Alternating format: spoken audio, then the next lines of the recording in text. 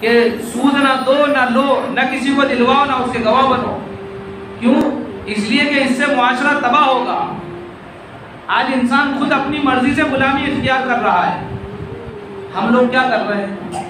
کوئی ٹریکٹر خرید کے لا رہا ہے اور کوئی جہاز خرید کے لا رہا ہے. تو پھر اب حالات تو آئیں گے نا. اب مجھے بتائیے کسی انسان نے 2 لاکھ روپے جمع کرے، 20 لاکھ کا سامان لے کر آیا. 2 لاکھ جمع کریں، 20 لاکھ کا سامان لایا ہے، تو یہ 18 لاکھ روپے جو بھرے گا اس کے لیے اس کو 2 سال 4 سال 5 سال خوب محنت کرنا پڑے گی. اور محنت کرنے کے بعد یہ جو پیسہ کما رہا ہے کہاں جا رہا ہے؟ یہ سب دوسرے کا پیٹ بھر رہا ہے. اور اس طرح سے غلامی سے بدتر زندگی گزار رہا ہے. کہ نہیں غلامی سے بدتر زندگی کہ کما آپ رہے ہو، پسینہ آپ کا بہہ رہا ہے، خون آپ کا کھول رہا ہے اور پیٹ کسی اور کا بھر رہا ہے. تو یہ غلامی اللہ نے دی ہے یا آپ نے خریدی ہے؟ یہ غلامی آپ کی خریدی ہوئی ہے، اللہ نے نہیں دی ہے. اس طرح سے آپ پریشانی میں مبتلا ہو گئے. تو اس کو کہنا کہ سب اللہ تعالیٰ کی طرف سے پریشانی آئی ہے. یہ پریشانی اللہ کی طرف سے نہیں آئی ہے، یہ آپ کے اعمال کی وجہ سے آئی ہے، آپ کے کرتوت کی وجہ سے آئی ہے کہ آپ نے ایسا قدم کیوں اٹھایا. شریعت گاڑی لینے سے نہیں روکتی، ٹریکٹر خریدنے سے نہیں روکتی، گھر مکان بنانے سے نہیں روکتی، لیکن جو ہے اس کے اندر کام کرو، یہ شریعت کہتی ہے. اب آپ یہ کہتے ہیں کہ مفتی صاحب نے ٹریکٹر کا منع کر دیا، تو میں کیوں منع کروں گا؟ اللہ نے دیا ہے، خریدو، 1 نہیں 4 خریدو، لیکن جو جتنا ہے اس کے دائرے میں. کسی کے پاس اللہ تعالیٰ نے جو ہے 10 لاکھ روپے دے دیے ہیں تو آرام سے خرید لو 2 لاکھ کا ٹریکٹر، 4 لاکھ کا خرید لو، 5 لاکھ کا خرید لو، 5 لاکھ کے 2 خرید لو، کوئی بھی منع نہیں کرے گا. لیکن آپ کے پاس ہے نہیں 2 روپے اور آپ لیے 2 لاکھ کا سامان، تو آپ کو کوئی بھی عقل مند نہیں کہے گا. جتنا روپیہ ہے اس کے اندر کام کرو، نہ کسی کا دینا نہ کسی سے لینا. تو اب کیا ہے؟ اب ہم دوسروں کی غلامی کر رہے ہیں. تو وہ انگریز کی غلامی اچھی تھی اس غلامی سے. یہ تو راضی مرضی کی غلامی ہے، وہ تو زبردستی کی تھی. اس راضی مرضی کی غلامی سے آپ کو جبرائیل علیہ السلام آئیں گے بچانے کے لیے. کیوں صاحب؟ اس راضی مرضی کی غلامی سے جبرائیل علیہ السلام آئیں گے بچانے کے لیے. یہ تو آپ کا خود کا من مرضی کا سودا ہے، اس سے بچانے کوئی نہیں آئے گا، بلکہ حالات ناسازگار ہو جائیں گے. اور پھر اللہ نہ کرے کوئی لے کر آ گیا کوئی گاڑی موٹر اور وہ قسط نہیں جمع کر پایا تو اس کی زمین بھی ضبط ہو جاتی ہے، اس کا گھر مکان بھی ضبط ہو جاتا ہے. یہ مصیبت کس نے خریدی ہے؟ پھر اب رونے سے فائدہ کیا ہے؟ تو کچھ غلطیاں ایسی ہوتی ہیں جن کی سزا ملنا ضروری ہے، جن کی معافی نہیں ہے. اگر ان کو معاف کر دیا جائے تو پھر جرائم کا دروازہ کھل جاتا ہے. آج ہم رو رہے ہیں، چاروں طرف سے رونے کی آوازیں آ رہی ہیں، سب مسلمان پریشان. تو یہ پریشانی کس نے دی؟ اللہ نے. اللہ ایسا ظالم نہیں ہے. اللہ ذرے کے برابر بھی ظلم نہیں کرتا. ان اللہ لا یظلم مثقال ذرۃ ان اللہ لا یحب الظالمین. اللہ نہ ظلم کو پسند کرتا ہے، نہ ظالم کو پسند کرتا ہے، نہ ظلم کرتا ہے. اللہ تعالیٰ تو پائی پائی چکانے والا ہے.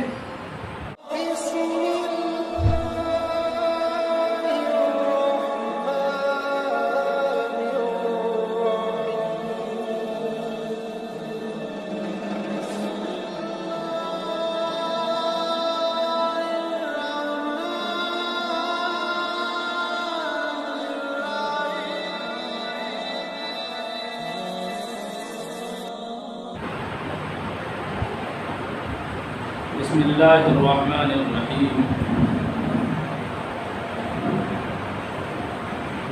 الحمد للہ وکفى وسلام علی عباده الذین اصطفى اما بعد فاعوذ باللہ من الشیطان الرجیم. بسم اللہ الرحمن الرحیم.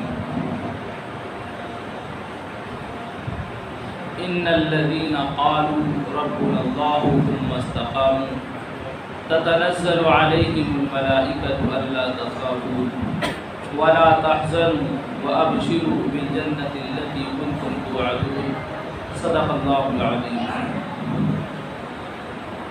قال الله عز وجل في مقام آخر يا أيها الرسل كلوا من الطيبات واعملوا صالحا إني بما تعملون عليم. قال الله عز وجل في مقام آخر يا أيها الذين آمنوا عليكم أنفسكم لا يضركم من ضل إذا اهتديتم صدق الله العظيم. قال النبي صلى الله عليه وسلم تركت فيكم أمرين لن تضلوا ما تمسكتم بهما كتاب الله وسنتي أو كما قال النبي صلى الله عليه وسلم.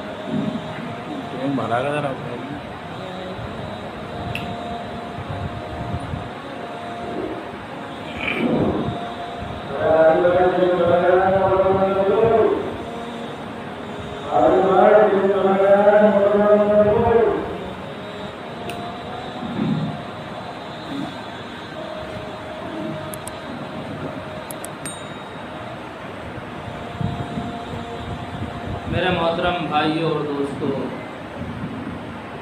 اللہ تعالیٰ نے ہم سب کو ایمان والا بنایا ہے. اللہ تعالیٰ نے ہمیں بہت قیمتی انسان بنایا ہے. اللہ تعالیٰ نے ہمیں بڑا مقام و مرتبہ عطا فرمایا ہے. اللہ تعالیٰ نے بہت ساری نعمتیں ہم سب کے اوپر نچھاور کی ہیں. انسان ہر وقت، ہر لمحے، ہر آن، ہر گھڑی اللہ تعالیٰ کی نعمتوں سے فائدہ اٹھا رہا ہے. ہم 2-3 ہفتوں سے ایک ہی موضوع پر بات کر رہے ہیں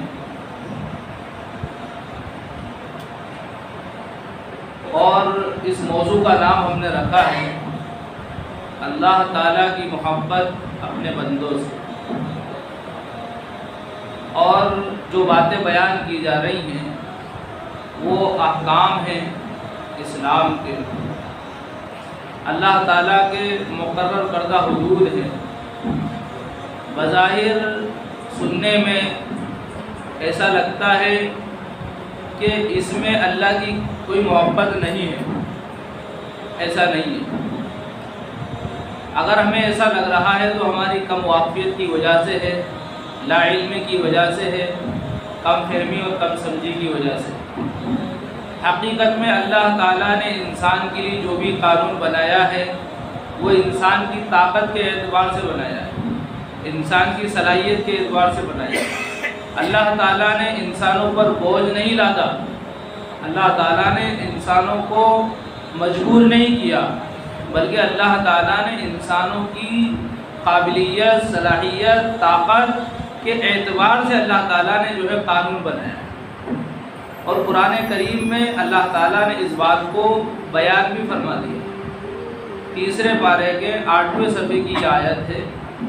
فرمایا لا یکلف اللہ نفسا الا وسعها.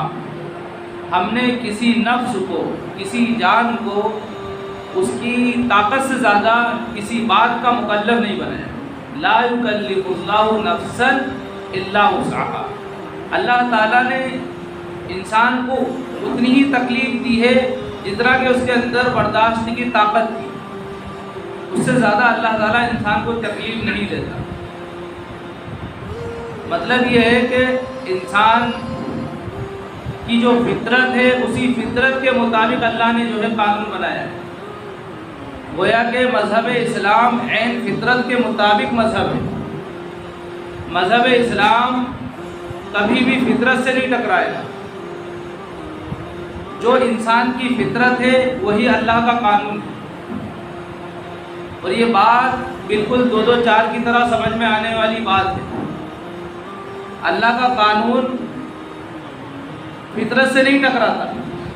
انسان کی فطرت ہے کہ وہ صاف ستھرا رہے، انسان کی فطرت ہے وہ صاف صفائی کو پسند کرتا ہے، اس لیے اللہ تعالیٰ نے صاف ستھرے رہنے والے لوگوں کی تعریف فرمائی۔ نبی اکرم صلی اللہ علیہ وسلم نے حدیث بیان کی کہ پاکی آدھا ایمان ہے۔ اللہ تعالیٰ نے نماز کا حکم بیان کیا تو پہلے فرمایا کہ پاکی حاصل کرو، تو یہ فطرت تھی انسان کی، تو اللہ نے اس کو قانون کی شکل دی۔ ایسا نہیں ہے کہ انسان تو چاہتا ہو کہ میں تو گندا سندا رہوں گا اور اللہ تعالیٰ اس کو کہہ رہے ہیں کہ نہیں تم تو صفائی حاصل کرو۔ انسان کی فطرت ہے، اور فطرت کا مطلب جس کو انسان پسند کرتا ہے اور جو انسان کی طبیعت گوارا کرتی ہے، تو نالی صاف کرنے والا ہوتا ہے۔ عطر کی دکان کے سامنے نالی صاف کر رہا تھا، عطر کی دکان کی خوشبو سے بے ہوش ہو کے گر پڑا، تو نالی سے کیچڑ اٹھایا، تھوڑا سا سنگایا، کھڑا ہو گیا۔ اب اس کی فطرت تو تھی صفائی والی، اللہ نے انسان کو صاف ستھرا اور صفائی کا مزاج رکھنے والا بنایا، لیکن اس نے گندگی میں رہتے رہتے اس ماحول میں اس نے تربیت پائی تو وہ گندگی اس کو پسند ہے، تو اس نے فطرت کے خلاف جو ہے عمل کیا ہے، فطرت کے خلاف زندگی گزاری ہے، تو وہ جو ہے خوشبو کو برداشت نہیں کر پا رہا ہے۔ تو اگر کوئی انسان اس مزاج کا ہو جائے تو یہ اس ماحول کی وجہ سے ہوگا جس میں وہ زندگی گزارتا ہے، نہ کہ اللہ کے بنائے ہوئے قانون کی وجہ سے۔ اللہ تعالیٰ تو انسان کو گندگی سے نکال کر اچھائی کی طرف لانے والے ہیں۔ اللہ نور السماوات والارض یخرجہم من الظلمات الی النور، اللہ تعالیٰ تو ظلمتوں سے نکالتے ہیں، اندھیریوں سے نکالتے ہیں اجالے کی طرف۔ اللہ تعالیٰ تو انسان کو سچائی کا اور اچھائی کا راستہ بتاتے ہیں، اس لیے نماز اللہ کا ایک اہم حکم ہے، اللہ کی ایک اہم عبادت ہے، اور اس کے تعلق سے فرمایا کہ نماز بے حیائی سے اور بری باتوں سے روکتی ہے۔ ان الصلاۃ تنہی عن الفحشاء والمنکر، کتنی جامع بات ارشاد فرمائی اللہ تعالیٰ نے کہ بے حیائی سے اور برے کاموں سے نماز روکتی ہے۔ مطلب یہ ہے کہ جب انسان نماز پڑھنے کے لیے آتا ہے تو سب سے پہلے وہ پاکی حاصل کرتا ہے، اس کے بعد وہ جو ہے اپنے پورے سطر کو چھپاتا ہے۔ تو جب سطر کو چھپانے والا انسان ہے، نماز پڑھے گا سطر کو چھپائے گا، تو اس کی برکت سے انشاءاللہ بے حیائی والا کام نہیں کرے گا۔ نماز میں اللہ کے سامنے کھڑا ہے، نظریں جھکی ہوئی ہیں، یہ نظروں کا جھکانا بتا رہا ہے کہ انسان کی نظریں جو ہے جھکی رہنا چاہیے، انسان بے حیا نہ بنے۔ اور بری باتوں سے نماز روکتی ہے کہ انسان جب پاکی حاصل کر کے آیا ہے، پاک ہو کر آیا ہے، تو پھر اب اس زبان سے جس سے اللہ کا نام لے رہا ہے، جس سے قرآن پڑھ رہا ہے، اللہ اکبر کہہ کے نیت باندھ رہا ہے، اور سبحانک اللہم ثنا پڑھ رہا ہے، اور اللہ تعالیٰ کا قرآن پڑھ رہا ہے، تو اللہ کی تعریف اور تسبیح بیان کر رہا ہے، پھر اس زبان سے غلط باتیں کیسے کر سکتا ہے؟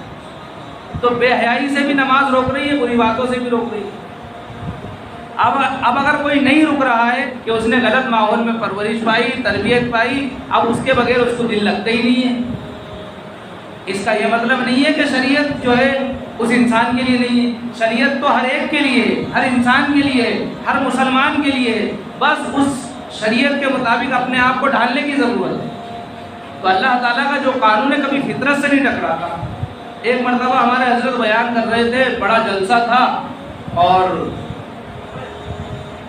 وہاں پر ایک خاتون آئی اور اس نے آ کر یہ کہا کہ آپ یہ کہتے ہیں کہ شریعت یعنی مذہب اسلام فطرت کے مطابق ہے، تو ہماری فطرت تو یہ ہے کہ ہم چاہتے ہیں کہ کھلم کھلا آزاد گھومیں۔ تم کہتے ہو نقاب، مذہب اسلام کہتا ہے کہ نقاب پہن کر جاؤ کہیں بھی جاؤ، تو اور ہمارا دل تو یہ چاہتا ہے کہ ہم بغیر نقاب کے گھومیں، پردہ کرنا ہم نہیں چاہتے ہیں۔ تو گویا کہ یہ تو فطرت سے ٹکرا رہا ہے آپ کا مذہب۔ ہم بھی جس طرح مرد حضرات گھومتے ہیں ایسے گھومنا چاہتے ہیں اور بے پردہ رہنا چاہتے ہیں، تو پھر یہ اسلام ہمارے اوپر پابندی کیوں لگاتا ہے؟ یہ اس نے اعتراض کیا اسلام کے اوپر۔ تو پھر اللہ والوں کے ساتھ اللہ ہوتا ہے، اللہ تو ہر ایک کے ساتھ ہے، اللہ تو ہر ایک کے ساتھ ہے، لیکن اللہ اپنے بندوں کی مدد کرتا ہے جو اللہ کے دین کی فکر کو لے کر، اللہ کے دین کی پھیلاؤ کے لیے، نشر و اشاعت کے لیے اور دین کی تبلیغ کے لیے جو اپنے آپ کو لگاتے ہیں، اللہ تعالیٰ فوراً وقت پر ان کی مدد کرتا ہے۔ تو اللہ تعالیٰ نے فوراً دماغ میں بات ڈالی، کہا کہ تھوڑی دیر کے لیے فرض کر لو کہ تم کسی کی بیوی بن جاؤ، کوئی تمہارا شوہر ہو اور تمہارا شوہر اسی طرح شتر بے مہار بازار میں گھومتا رہے اور وہ دوسری عورتوں کو دیکھے اور اس کا دل کسی عورت پر آ جائے تو آپ کیا کہیں گے اس بارے میں؟ تو کہا اس کو تو میں بالکل بھی پسند نہیں کروں گی، یہ چیز تو مجھے بالکل بھی پسند نہیں ہے کہ میرا شوہر کسی عورت کی طرف نظر اٹھا کر دیکھے۔ تو پھر ہمارے جو استاد محترم تھے انہوں نے کہا کہ بس یہی تو اسلام کی فطرت ہے کہ تمہاری فطرت یہ ہے کہ تمہارا شوہر کسی اور کی طرف نہ دیکھے، اس لیے اللہ نے قانون بنا دیا کہ پردے میں رہو۔ تمہاری فطرت کا خیال رکھا ہے کہ تمہارا شوہر بچا رہے بے حیائی سے، غلط نظر سے، غلط نظریے سے بچا رہے ہو، اس لیے جو ہے پردے کا حکم نازل کر دیا۔ تو یہ تمہاری فطرت کے مطابق کے خلاف نہیں ہے، لیکن تم نے فطرت کو گھما کر دوسرا جو ہے نظریہ دے دیا، تو اس کو صحیح لے کر آؤ تو بات سمجھ میں آ جائے گی۔ اس نے کہا کہ حضرت اب بات سمجھ میں آ گئی۔ یہی آج مسلمانوں کا حال ہے، بات کو سمجھ نہیں رہے ہیں، اپنے ہی مذہب پر، اسلام پر جو ہے وہ تانے کس رہے ہیں، جملے کس رہے ہیں، اور اس طرح سے بھائیوں کسی کا کوئی نقصان نہیں کر رہے ہیں بلکہ اپنی آخرت برباد کر رہے ہیں، کسی کا کوئی نقصان نہیں۔ تو اللہ تعالیٰ نے جو قانون بنایا ہے وہ عین فطرت کے مطابق بنایا ہے۔ اللہ کا کوئی بھی قانون فطرت سے کبھی نہیں ٹکرائے گا، بس اس قانون کو سمجھنے کی ضرورت ہے۔ اللہ تعالیٰ نے شراب کو حرام کیا ہے اس لیے کہ اگر یہ شراب پیے گا اس کی عقل ختم ہو جائے گی، یہ دیوانہ اور مجنون ہو جائے گا، یہ بیوی اور ماں کے درمیان فرق نہیں کر پائے گا، اس سے بہت سارے فساد برپا ہوں گے، اس لیے اس پر روک لگا دی کہ شراب مت پیو۔ اسی طرح حرام کاری سے روکا کہ سود نہ دو نہ لو، نہ کسی کو دلواؤ نہ اس کے گواہ بنو۔ کیوں؟ اس لیے کہ اس سے معاشرہ تباہ ہوگا۔ آج انسان خود اپنی مرضی سے غلامی اختیار کر رہا ہے۔ ایک مرتبہ اور میں نے بڑی تفصیل سے اس پر سمجھایا تھا، کچھ وضاحت کر دوں تاکہ بات سمجھ میں آ جائے۔ اس لیے کہ آج اتنے گئے گزرے دور میں، اتنے نازک حالات میں ہم لوگوں کی فکر کیا ہونا چاہیے؟ ہم لوگوں کی فکر یہ ہونا چاہیے کہ جو اللہ ناراض ہے اس کو راضی کریں۔ اللہ روٹ چکا ہے، ہم اس کو منا لیں۔ چاروں طرف سے یلغار ہیں، چاروں طرف سے حالات ہیں، پریشانیاں ہیں، دکھوں کا، مصیبتوں کا، آزمائشوں کا سیلاب ہے۔ اس کے بعد ہم لوگ کیا کر رہے ہیں؟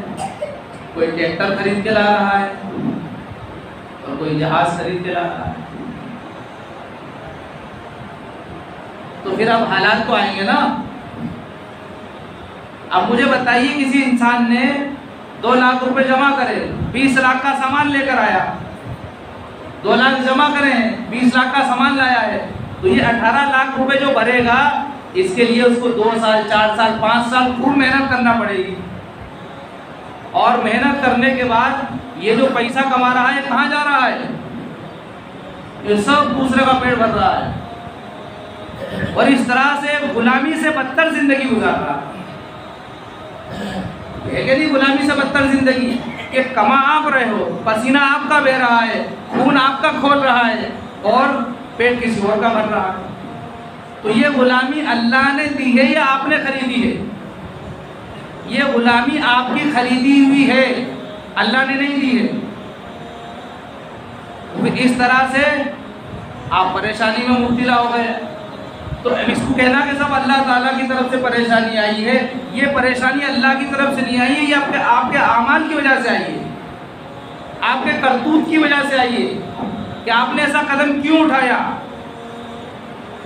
شریعت گاڑی لینے سے نہیں روکتی، ٹریکٹر خریدنے سے نہیں روکتی، گھر مکان بنانے سے نہیں روکتی، لیکن جو ہے اس کے اندر کام کرو، یہ شریعت کہتی ہے۔ اب آپ یہ کہتے ہیں کہ مفتی صاحب نے ٹریکٹر کا منع کر دیا، تو میں کیوں منع کروں گا؟ اللہ نے دیا ہے، خریدو، 1 نہیں 4 خریدو، لیکن جو جتنا ہے اس کے دائرے میں۔ کسی کے پاس اللہ تعالیٰ نے جو ہے 10 لاکھ روپے دے دیے ہیں تو آرام سے خرید لو 2 لاکھ کا ٹریکٹر، 4 لاکھ کا خرید لو، 5 لاکھ کا خرید لو، 5 لاکھ کے 2 خرید لو، کوئی بھی منع نہیں کرے گا۔ لیکن آپ کے پاس ہے نہیں دو روپے اور آپ لیے 2 لاکھ کا سامان، تو آپ کو کوئی بھی عقل مند نہیں کہے گا۔ جتنا روپیہ ہے اس کے اندر کام کرو، نہ کسی کا دینا نہ کسی سے لینا۔ تو اب کیا ہے، اب ہم دوسروں کی غلامی کر رہے ہیں۔ تو وہ انگریز کی غلامی اچھی تھی اس غلامی سے، یہ تو راضی مرضی کی غلامی ہے، وہ تو زبردستی کی تھی۔ اس راضی مرضی کی غلامی سے آپ کو جبرائیل علیہ السلام آئیں گے بچانے کے لیے؟ کیوں صاحب؟ اس راضی مرضی کی غلامی سے جبرائیل علیہ السلام آئیں گے بچانے کے لیے؟ یہ تو آپ کا خود کا من مرضی کا سودا ہے، اس سے بچانے کوئی نہیں آئے گا، بلکہ حالات ناسازگار ہو جائیں گے۔ اور پھر اللہ نہ کرے کوئی لے کر آ گیا کوئی گاڑی موٹر اور وہ قسط نہیں جمع کر پایا تو اس کی زمین بھی ضبط ہو جاتی ہے، اس کا گھر مکان بھی ضبط ہو جاتا ہے۔ یہ مصیبت کس نے خریدی ہے؟ پھر اب رونے سے فائدہ کیا ہے؟ تو کچھ غلطیاں ایسی ہوتی ہیں جن کی سزا ملنا ضروری ہے، جن کی معافی نہیں ہے۔ اگر ان کو معاف کر دیا جائے تو پھر جرائم کا دروازہ کھل جاتا ہے۔ آج ہم رو رہے ہیں، چاروں طرف سے رونے کی آوازیں آ رہی ہیں، سب مسلمان پریشان۔ تو یہ پریشانی کس نے دی؟ اللہ نے۔ اللہ ایسا ظالم نہیں ہے، اللہ ذرے کے برابر بھی ظلم نہیں کرتا۔ ان اللہ لا یظلم مثقال ذرۃ ان اللہ لا یحب الظالمین۔ اللہ نہ ظلم کو پسند کرتا ہے، نہ ظالم کو پسند کرتا ہے، نہ ظلم کرتا ہے۔ اللہ تعالیٰ تو پائی پائی چکانے والا ہے۔ ذرہ کسے کہتے ہیں پتہ ہے آپ کو؟ آپ جب سورج نکلتا ہے تو گھر کی کھڑکیوں میں یا اجالدان میں وہ جو دھوپ کے اندر دیکھتے ہیں آپ، وہ کچھ ذرے اڑتے رہتے ہیں بالکل ہلکے سے، اسی کو ذرہ کہتے ہیں۔ اتنی بھی اگر نیکی کی ہے تو وہ بھی اللہ آپ کو دے دے گا۔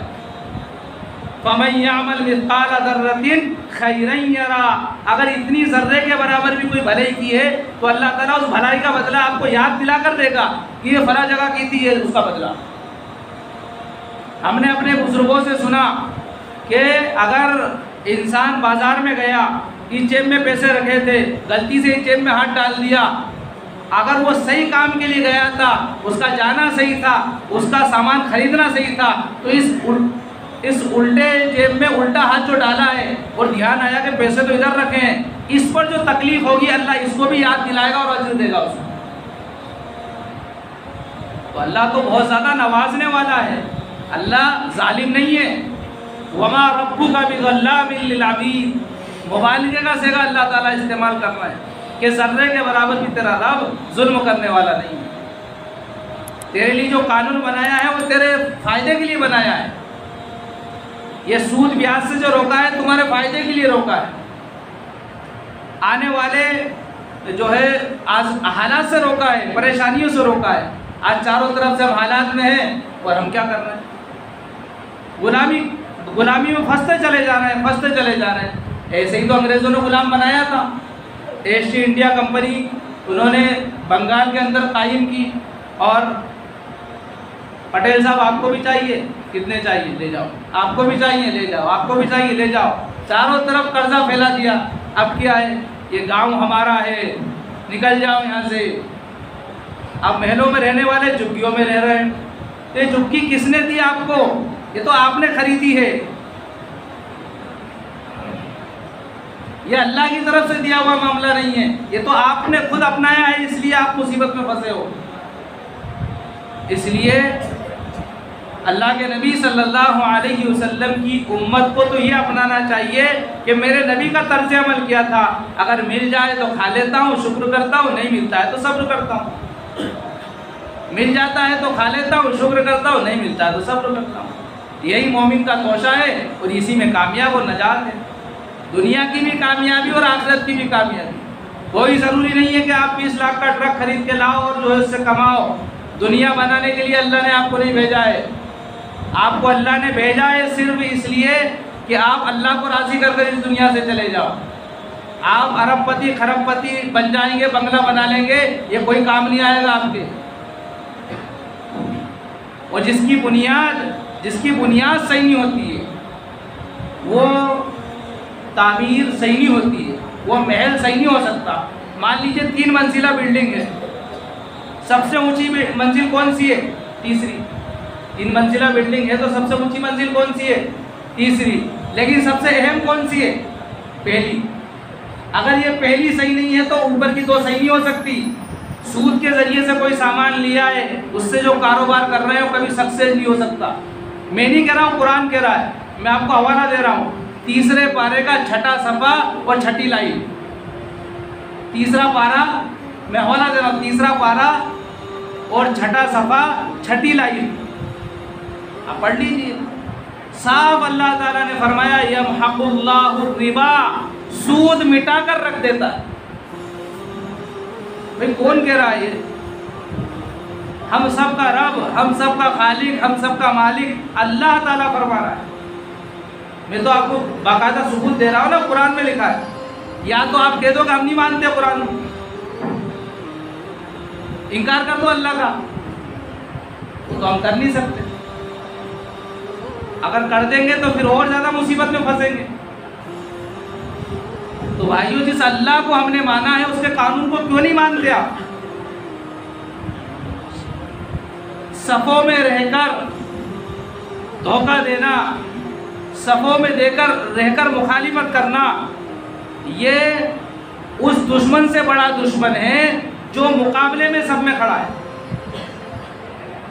تو اللہ کو مان کر اللہ کی نافرمانی کرنا، یہ اس سے بڑا جرم ہے جس نے اللہ کو نہیں مانا اور نافرمانی کر رہا ہے۔ ایک انسان نے اللہ کو نہیں مانا اور وہ گناہ کر رہا ہے تو اس کا گناہ چھوٹا ہے وہ بھی گناہ، لیکن جس نے اللہ کو مانا ہے وہ اللہ کی نافرمانی کر رہا ہے، یہ بڑا گناہ ہے۔ سود کا ریشو بڑھتے چلے جا رہا ہے، لوگ بچنے کی کوشش ہی نہیں کرتے۔ یہ سود کبھی آباد نہیں کر سکتا، مٹا کر رکھ دے گا انسان۔ اللہ تعالیٰ فرما رہے ہیں یمحق اللہ الربا۔ پھر بھی ہمیں اتنی موٹی بات سمجھ میں نہیں آ رہی۔ اور لبرل طبقہ کیا کہتا ہے کہ صاحب یہ تو بڑا سخت قانون ہے۔ سخت قانون نہیں ہے، بہت محبت والا قانون ہے، پیار والا قانون ہے، انسان کو مصیبتوں سے بچانے والا قانون ہے۔ اس کو سمجھے تو صحیح ہے۔ مثال کے طور پر آپ دیکھیے، پیٹرول پمپ پہ آپ جاتے ہیں تو وہاں پر لکھا رہتا ہے بیڑی پینا منع ہے، سگریٹ پینا منع ہے، ماچس جلانا منع ہے، موبائل سے بات کرنا منع ہے۔ لکھا رہتا ہے نہیں لکھا رہتا؟ لکھا رہتا ہے۔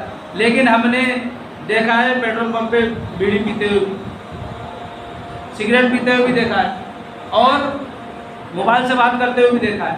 کبھی آگ لگی؟ نہیں لگی، صرف اس لیے کہ آگ لگ سکتی ہے اس لیے روک دیا۔ سمجھ رہے ہیں بات کو؟ آگ لگ سکتی ہے اس لیے روک دیا۔ اگر کوئی پکڑے گیا تو اس کو سزا ہوگی، اس لیے کہ پیٹرول پمپ پہ بیڑی کیوں پی، ماچس کیوں جلائی، پکڑے جائے گا تو اس کو سزا ہوگی۔ موبائل سے بات کرتے ہوئے پکڑے گیا، سزا ہوگی اس کو، کیونکہ قانون یہی ہے۔ وہ کہے گا بھائی میرے بات کرنے سے آگ لگی کیا؟ بھائی لگ سکتی ہے، لگی تو نہیں۔ یہ اللہ کا قانون ہے۔ آپ نے کوئی کام حرام کاروبار سے شروع کیا، وہ سکسیس ہو جائے یا نہ ہو، اس پر بات نہ کرتے ہوئے میں یہ کہنا چاہ رہا ہوں کہ وہ اللہ کے حکم کے تو خلاف ہے، قانون کے تو خلاف ہے۔ ہم قانون کو سمجھ ہی نہیں رہے، ہم یہ سوچ رہے ہمارے کرنے جیسا ہوا کیا۔ ہم نے تو ایک حرام کا کاروبار کرا ہے، 10 گھر کے چولہے جلا دیے۔ ایسے چولہے جلانا اللہ کو پسند نہیں ہے۔ اللہ تعالیٰ تو زکوٰۃ بھی ان لوگوں سے لیتا ہے جو مالدار ہیں، صدقۃ الفطر بھی ان لوگوں سے لیتا ہے جو مالدار ہیں، جو غریب ہیں ان کو تو دلواتا ہے، ان سے لیتا نہیں ہے۔ تو پھر آپ کو کیوں بڑی عزت کرو گی؟ آپ اپنی آخرت کی فکر کرو، حلال کھاؤ، حلال کھلاؤ، اور حرام سے بچو اور حرام سے بچانے کی فکر کرو۔ بہتر ہے وہ سوکھی روٹی جس میں اللہ راضی ہو، اور بہت بری ہے وہ لذیذ اور لذت والی روٹی جس سے اللہ ناراض ہو۔ بھائیو، آج یہ مخالفت ہم لوگوں کی طرف سے ہو رہی ہے، اور کس کی ہو رہی ہے؟ اللہ کی ہو رہی ہے، کہ اللہ کا صریح قانون ہے کہ یہ حرام ہے، حرام سے ہم نہیں بچ رہے ہیں، یہ حلال ہے، حلال کو ہم نہیں اپنا رہے ہیں۔ بہت ساری حلال چیزوں سے ہم جو ہے اعتراض کرتے ہیں۔ بھئی ایک گوجڑی کھانے والا، اس کا دل چاہ رہا ہے صاف کر کے کھائے تو اس کو کھانے دو، لیکن لوگ اس کو تانا دے رہے ہیں، ارے بھئی حلال ہے، اس کو کھا سکتا ہے، وہ اس کی طبیعت گوارا کر رہی، کھانے دو اس کو، کیوں روک رہے ہو؟ لیکن اس پہ اعتراض ہو رہا ہے اور یہ حرام کھا رہے ہو جو سراسر حرام ہے، ناجائز ہے، جس کو اللہ پسند نہیں کرتا، اس پہ جو ہے کوئی روک ٹوک نہیں۔ تو حلال سے اعتراض کر رہے ہیں لوگ، تو بھئی حلال کو اپناؤ، کسی کا دل نہیں چاہ رہا تو مت کھاؤ، لیکن جو کھا رہا ہے اس پر اعتراض مت کرو۔ اعتراض کرنا گویا کہ ایک حلال چیز سے اعتراض کرنا ہے۔ تو اللہ تعالیٰ کا قانون ہے کہ حلال واضح کر دیا ہے، حرام بھی واضح کر دیا ہے، بچو ان سے۔ تو جو بیچ کی درمیان والی چیزیں ہیں جو سمجھ میں نہیں آ رہی کہ حلال ہے یا حرام ہے، وہ جاننے والے ماہرین سے پوچھو، اس کے بعد عمل کرو گے انشاءاللہ۔ تو شریعت کو سیکھنا، عقیدے کے اوپر محنت کرنا، یہ وقت کی سب سے بڑی ضرورت ہے۔ اللہ تعالیٰ ہم سب کو دین اسلام کو سمجھ کر عمل کرنے کی توفیق عطا فرمائے۔ اسی لیے ہم نے اس بیان کا عنوان رکھا ہے اللہ کی محبت اللہ کے بندوں سے، اس لیے کہ اللہ تعالیٰ نے جتنے بھی قانون بنائے ہیں وہ بندوں کے فائدے کے لیے بنائے ہیں، اور یہ فائدہ چاہنا یہ اللہ ہی کی صفت ہے۔ اللہ اپنے بندوں کا فائدہ چاہتا ہے اور بندے اس کو نہ مان کر اپنا نقصان کر رہے ہیں۔ اللہ تعالیٰ ہمیں یہ سمجھ دے دے، توفیق دے دے۔ اللہ تعالیٰ ہم سب کی اور تمام ایمان والوں کی اور مسلمانوں کی اللہ تعالیٰ حفاظت فرمائے۔ آمین۔ وآخر دعوانا الحمدللہ۔